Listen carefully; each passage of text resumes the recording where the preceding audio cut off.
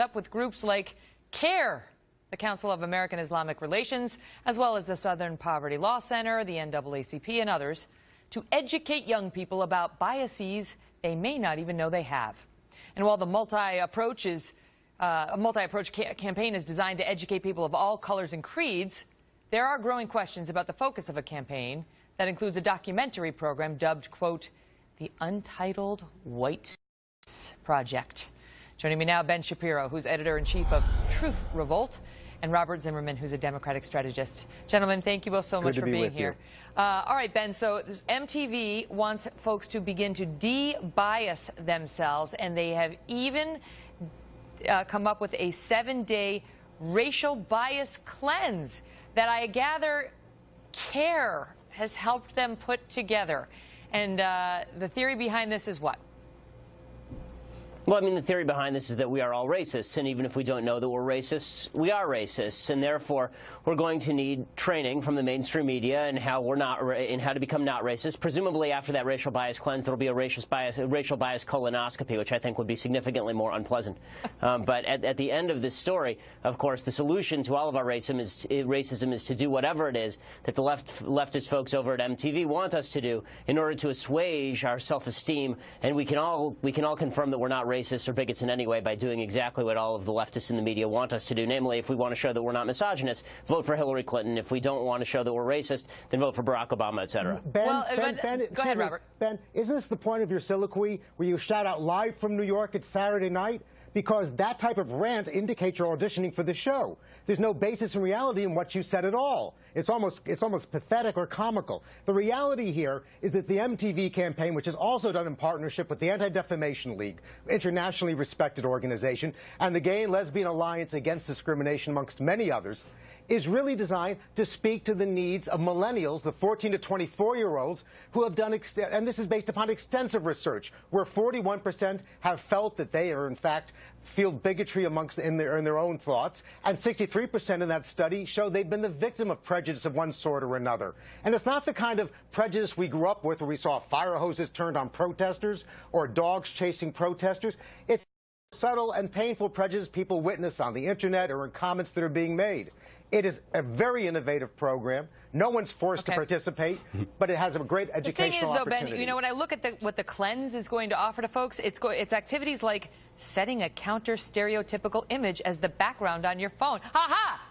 That's it. That's it. And then you're no longer racist if you just put a person of another race as your background on your iPhone. And then there's consuming media that helps build empathy for people of other races. So no more All in the Family for anybody who fails their cleanse test. That's a propaganda effort. I mean, the idea that this is not a propaganda effort and that it's not designed to change people's behavior and their thought processes is silly. And again, it is all based on the presumption that all sorts of Americans, especially young Americans, who, by the way, their own surveys show are not racist and don't have racist attitudes, it's designed to show them that they secretly are racist. And again, the only way in order for them to cleanse that racism, in order to exculpate themselves, is to do all of the things that the leftists at MTV would want them to do. There's a great awareness. Yes, it's an opt-in program, but so what?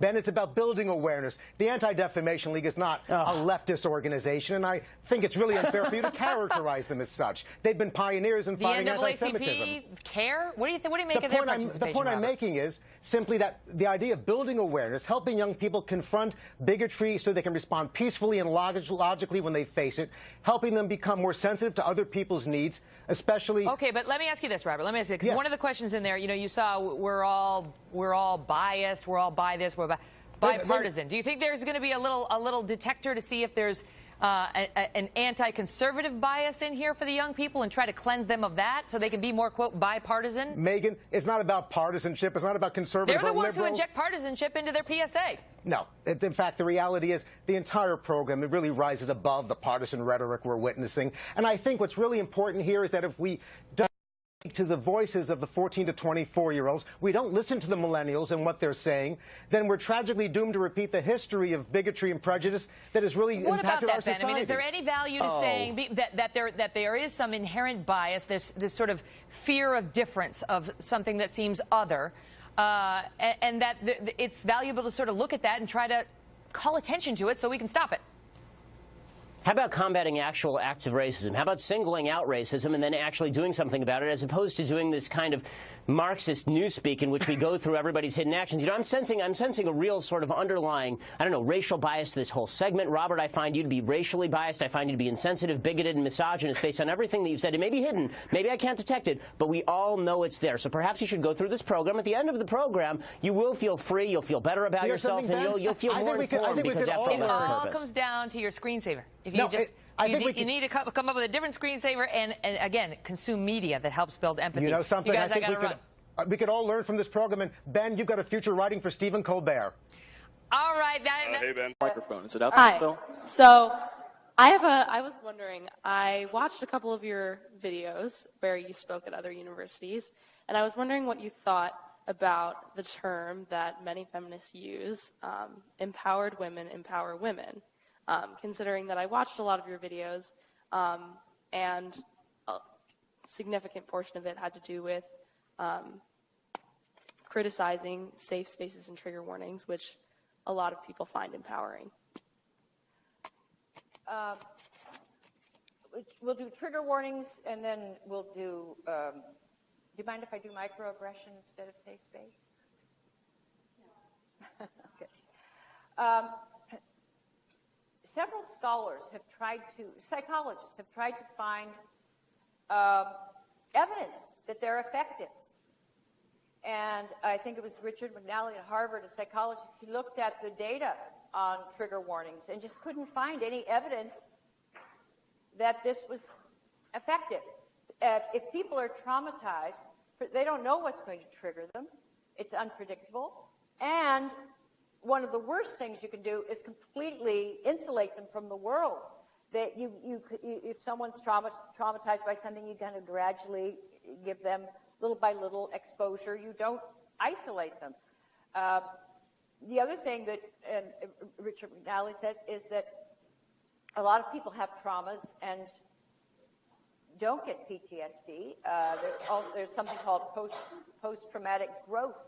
It's not always that you're disabled, psychologically shattered. People are very resilient. So what he found was that this was actually a political phenomenon. It was not anything. He could not find data that showed trigger warnings help people. Did this researcher experience something traumatizing? What? Did this researcher experience a traumatic situation? Have you experienced a traumatic situation? A tragic situation? Traumatic, in order to know that it wouldn't bother you? I don't have to talk about my own experience to know that other people don't need this. Look, whatever I've experienced, I would want to know if that, maybe it's just me, maybe this is my reaction, and maybe other people are different. So you do want to have someone to look at a representative sample of the population and see what's going on. What he could not find, he doesn't rule out trigger warnings. He just said there's no evidence that these are helping people. Now, as a professor, I never gave trigger warnings. It was before that time, and I look back, I can't imagine it. But if someone, I think it would be up to us. I think students, if you are easily triggered or something, you could tell the professor. If you see what we're going to study, you say, I'm not going to be in class that day. I of course, would understand that. I hope every professor would. But okay, if you have to think about everything on your syllabus, and am I going to upset someone? That's really going to undermine education. So you should only think about some things on your syllabus. You shouldn't. What are you saying? You said you should think about some things, but no, I think about teaching healthy people, and which I assume most people are. And if someone's not, they should let me know. But if I mean, look, life is not going to come with a trigger warning. When you get out of this campus, there will not be trigger warnings. Huh? My college is a safe space. No, it's not. It's not. It's a very unsafe space. Your definition of you are in a safe space. Don't you want safe spaces for free speech? Safe space for reason, for debate, for open discussion, and you don't. If colleges change its mission from pursuing truth, and it turns into protecting feelings, it will have lost its reason for being. Since the time of Socrates, The purpose of a university was for debate, exchange, and to be challenged and to be made uncomfortable.